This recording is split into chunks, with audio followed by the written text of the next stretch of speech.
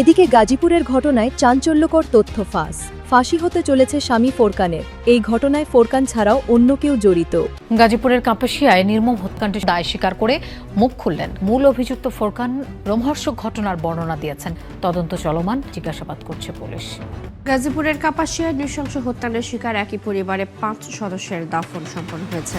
এই ঘটনায় স্বামী ফোরকানকে ফাঁসিতে ঝুলিয়ে মৃত্যুদণ্ডের আদেশ দিয়েছে আদালত। বিকেলে এই রায় দেন জেলা দায়রা জজ আদালতের বিচারক মোহাম্মদ জাকির হোসেন। এই ঘাতক ফোরকান সে হত্যার দায় স্বীকার করে জবানবন্দি দিয়েছে, যেই কারণে এবার তার এই ঘটনায় সর্বোচ্চ শাস্তি ফাঁসি হতে যাচ্ছে। স্বামী, তার স্ত্রী এবং তার সন্তান, তার শ্যালকদেরকে হত্যা করেছে, সে নিজেই নাকি স্বীকৃতি দিয়েছে। কিন্তু আমার ধারণা এরকম একটা হত্যাকাণ্ড কারো একার পক্ষে সম্ভব না। দর্শক, নতুন একটা নিউজ আপনাকে স্বাগতম। প্রিয় দর্শক, বাংলাদেশের মধ্যে ঘটে যাওয়া বেশ কিছু চলমান ঘটনাবলী থেকে আপনাদের সামনে কয়েকটা গুরুত্বপূর্ণ খবর নিয়ে হাজির হয়েছি, যার কিছুটা অংশ বিশেষ ইতিমধ্যেই ভিডিওর শুরুতেই দেখেছেন। তো দর্শক, ভিডিওর শুরুটা দেখেই কিন্তু বুঝতে পেরেছেন যে আজকের নিউজটা ঠিক কতটা গুরুত্বপূর্ণ হতে চলেছে। তাই বলবো, যারা ভিডিওটি অন করেছেন না টেনে সম্পূর্ণ নিউজটি মনোযোগ সহকারে দেখতে থাকুন। তো দর্শক, আর দেরি না করে চলুন দেখে আসবো আজকে সেই কাঙ্ক্ষিত ভিডিওগুলো। তবে তার আগে বলবো, যারা এখনো চ্যানেলটি সাবস্ক্রাইব করেননি অবশ্যই চ্যানেলটি সাবস্ক্রাইব করে পাশে থাকা বেল আইকনটি ক্লিক করে দিন। আর যারা ইতিমধ্যেই চ্যানেলটি সাবস্ক্রাইব করে রেখেছেন তাদেরকে অসংখ্য ধন্যবাদ। তো চলুন দর্শক, ভিডিওটিতে একটি লাইক দিয়ে আমরা ধারাবাহিকভাবে সবগুলো ভিডিওর আলোচনা দেখে আসি। তার স্ত্রীকে আপনারা দেখছেন যে জানালায় বেঁধে রশি দিয়ে তাকে হত্যার পর সেখানে ঝুলিয়ে রাখা হয়, এবং সে ঝুলিয়ে রাখার পর সে নিজেই আবার এই খবরটা তাদের গ্রামের বাড়িতে পাঠায় যে আমরা সবগুলাকে শেষ করে ফেলছি। স্বামী, তার স্ত্রী এবং তার সন্তান, তার শ্যালকদেরকে হত্যা করেছে, সে নিজেই নাকি স্বীকৃতি দিয়েছে। কিন্তু আমার ধারণা এরকম একটা হত্যাকাণ্ড কারো একার পক্ষে সম্ভব না। তাকে ভালো কাপড় পরাইছে, তারা জুয়েলারি পরাইছে, তারপরে তারা এরকমভাবে কুপায় হত্যা করছে আর কি।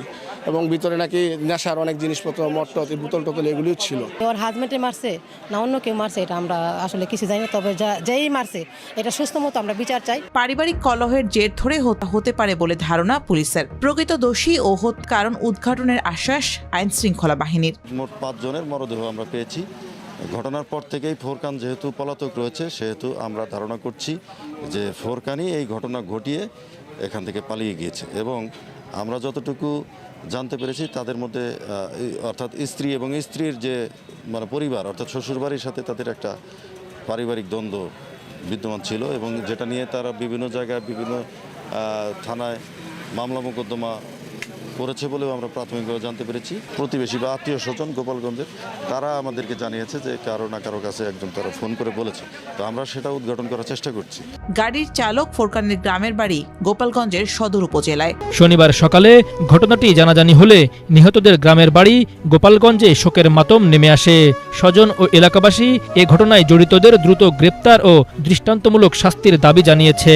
যে এরকম ফোরকান বলে সকলের মারছে, মারি ফেলাইছে, তাই তুমি যে আছে ঢাকা গাজীপুর আর সবাই জাতি কম সে আসে এদের কয় না। আর বাবা তবু আমার কয় না, তার বাবা আমার চাওয়াল আর মারা আর এক চাওয়াল ওই বাড়িটা ঠিক আছে ঢাকা সে আসে ওখানতে মাইয়ের ফোনতেছে আর এক মেয়ের যে মা গাজীপুর যাই দেখ তোর বাড়ি, তাকে বলে সকলের মারি লাইছে।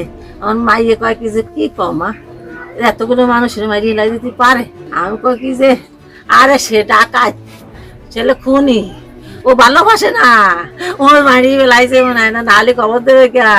আমার মায়ের নাম হলো শারমিন, আর আমার সালের নাম হলো রসুল, আর ওই নাতির নাম হলো মিম, আর একটার নাম হলো মারিয়া, আর একটা আর একটার নাম হলো যে কি যেন হাবিবা, তো মাঝেটার নাম ফারিয়া। কে মারছে? তার বাপ ফোন দেনেছে আমার সাল রে, ওই সে জামাই ফোন দেনেছে, কইছে কি যে রসুল তারে ফোন দিচ্ছে 10 দিন 15 দিন আসছে, তোমার নাকি চাকরি ঠিক করছি, চাকরিটা ঠিক করছি, তুমি ওই জামাইয়ের নাম কি?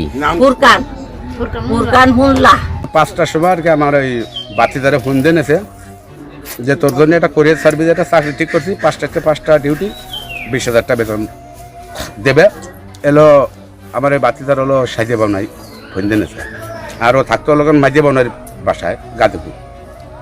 তাই গাজীপুরের ও কেছে কি যে আফা আমি যাচ্ছি ওকে বাসায়, ফোরকানকে বাসায়, তা ফোরকানকে বাসায় যাচ্ছি, যদি চাকরি আমার ঠিক হয় তাহলে আমি তোকে থাই যাবো, আর যদি ঠিক না হয় তাহলে আমি আমার ডিউটি 8টার থেকে ডিউটি 8টার থেকে তার মনে করে 8টার আমি 5টার গাড়িতে উঠলে পারে আমি 1 ঘন্টায় 6টায় আমি পৌঁছতে পারবো গাজীপুর মাওনাতে, তাহলে আমি চলে আসবো। এই কথা কইছে, কিন্তু ওর হলো ফোন দেন জাস্ট 5টার সময়। 5টার সময় ফোন দিয়ে নিলে ভাড়া এর মধ্যে মনে করেন কম বেশ কথা তাদের সাথে হয়েছে, বাড়ি হয়েছে।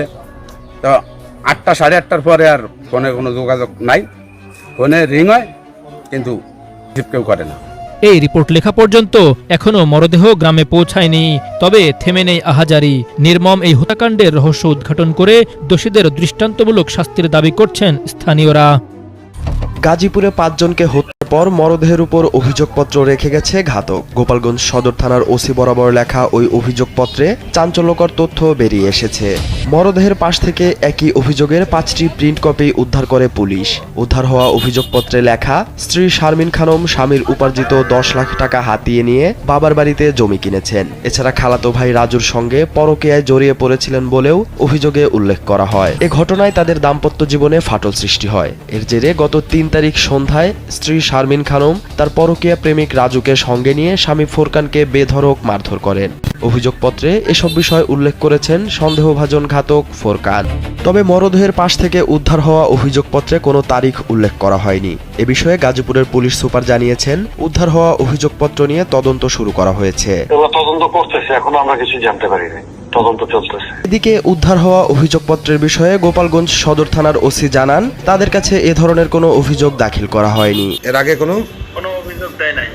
না ভাই, আমি ওই দিন ছিলাম না, আমি আসছি পরে রাতে মনে হয় 11টার দিকে, আর কোনো অভিযোগ দেয় নাই ভাই, আমি সেরকম কোনো অভিযোগ পাই নাই। আজ সকালে গাজীপুরের কাপাসিয়া উপজেলার রাউতকোনা গ্রামের প্রবাসী মনির হোসেনের বাড়ি থেকে 5 মরদেহ উদ্ধার করা হয়। তারা হলেন শারমিন খানম ও তার 3 কন্যা সন্তান এবং ছোট ভাই রসুল মিয়া। ঘটনার পর থেকে শারমিনের স্বামী ফোরকান পলাতক রয়েছেন, যার লেখা অভিযোগপত্র মরদেহর পাশ থেকে উদ্ধার করে পুলিশ। ঘরের মেঝেতে রক্তে ভেসে আছে 3 বোনের নিথর দেহ। খাটের উপরে মামার ক্ষতবিক্ষত মরদেহ, আর ঘরের জানালার গ্রিলে গৃহবধূর মুখ ও হাত বাঁধা লাশ। প্রতিবেশীদের ফোনের বার্তায় এমন নৃশংস হত্যার খবর জানল পুলিশ। ততক্ষণে এলাকায় ছড়িয়ে পড়েছে চাঞ্চল্য, বিরাজ করছে আতঙ্ক। শুক্রবার দিবাগত রাতে গাজীপুরের কাপাসিয়া উপজেলার রাউতকোনা এলাকায় প্রবাসী মনিরের বাড়িতে ঘটেছে নৃশংস এ ঘটনা। নিহতরা হলেন গোপালগঞ্জ জেলার ফোরকান সরকারের স্ত্রী শারমিন আক্তার, 3 মেয়ে মিম, মারিয়া ও ফারিয়া এবং ফোরকানের শ্যালক রসুল হোসেন। 1 বছর আগে গোপালগঞ্জ থেকে এসে ওই বাসায় ভাড়ায় ছিলেন ফোরকান ও তার পরিবারের সদস্যরা। নিহতের স্বজনরা জানান, শনিবার সকাল 6:30টার দিকে ফোরকান তার ছোট ভাইয়ের স্ত্রী রাশিদাকে ফোন করে জানান তিনি 5 জনকে হত্যা করে পালিয়ে যাচ্ছেন। এর আগে শুক্রবার বিকালে শ্যালক রসুলকে ফোন দিয়ে ফোরকান জানিয়েছিল তার জন্য একটি চাকরির ব্যবস্থা করা হয়েছে। এই কথা শুনে সন্ধ্যায় তার বাসায় আসে রসুল। ফোরকান বিভিন্ন সময়ে নেশাও করত বলে জানা গেছে। এই নির্মম ঘটনাটি কে ঘটিয়েছে তা তদন্ত চালাচ্ছে জেলা প্রশাসন। তারা বলছে, ঘটনাস্থলে মাদকের আলামত পাওয়া গেছে, একটি তদন্ত কমিটি গঠন করা হয়েছে। ঢুকেই প্রথম যে রুমের ফ্লোরে 3টা মেয়ে বাচ্চা, একটা শিশু আছে। বিভিন্ন জায়গায় এলো পাথারি কোপানো, তারপর হচ্ছে গলা কোপানো অবস্থায় আছে। আর ওই মেয়েদের মামা সে হচ্ছে খাটের উপরে সেও তার লাশটা আছে। পুরা রুমে হচ্ছে সবকিছুই এলোমেলো অবস্থা। আর তার পাশের যে রুম, ওই রুমে হচ্ছে মেয়েদের মা তার মৃতদেহ আছে। এক জায়গায় না, যে এক জায়গায় কেটে মেরেছে তারা, পুরো শরীরেই জখম আছে দেখলাম। তো এখন তো ইনভেস্টিগেশন চলছে, এখন আসলে কিছুই বলা যাবে না। তদন্ত কার্যক্রম অব্যাহত আছে, আপনারা জানতে পারবেন। তদন্তের সাথে এখন কিছু বলা যাচ্ছে না। সপরিবারে হত্যাযজ্ঞের ঘটনায় স্তব্ধ এলাকাবাসী। নৃশংসতম এই হত্যাযজ্ঞের সুষ্ঠু তদন্ত ও বিচার হোক, এমনটাই প্রত্যাশা স্থানীয়দের। প্রিয় দর্শক, আমি আশা করছি সবগুলো ভিডিওই আপনি মনোযোগ সহকারে দেখেছেন। সেই সাথে দর্শক, এই ভিডিওগুলো সম্পর্কিত যদি কোনো তথ্য বা মতামত থাকে তাহলে তো অবশ্যই কমেন্ট করে জানিয়ে দিন। এতক্ষণ সাথে থাকার জন্য ধন্যবাদ। নিউজটি শেষ করছে এখানেই, ফিরছে আগামী ভিডিওতে নতুন কোনো টপিক নিয়ে। আল্লাহ হাফেজ।